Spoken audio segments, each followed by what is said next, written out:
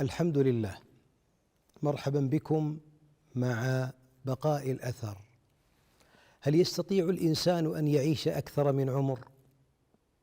قد يقول قائل: إذا مت انقضى عمري. إذا مت فالعمر الذي انقضى هو أقصر الأعمار. هناك أناس بيننا أحياء مع أن أبدانهم في القبور، بقيت آثارهم شاهدة لهم، وبقيت البقع التي سجدوا فيها لله رب العالمين شاهدة لهم، بقي نشر الخير الذي نشروه للناس باق لهم، بقيت السير العطرة التي يذكرها الناس عنهم فيدعون الله لهم. ذكرك بعد موتك عمر ثان، والسعيد من كان بعد رحيله من هذه الدار يرحل ببدنه فقط، أما آثاره فإنها تبقى.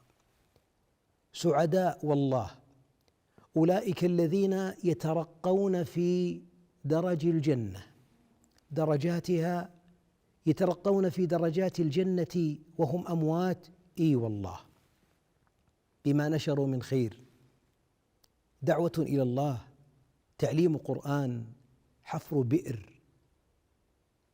كل أبواب البر قد سلكوها، أبناء صالحين، تعليم الخير للناس، الدعاء والدعوة. أيها الأحبة، نقول: إن استطعت أن تضيف إلى سنين عمرك عمرا فافعل، أما أن تضيف السنين إليك أياما فترحل وتخبو وينطفئ سراجك برحيلك، فوالله إنها حسرة وإنها غبن.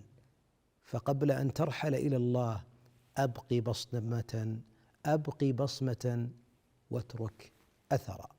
استودعكم الله.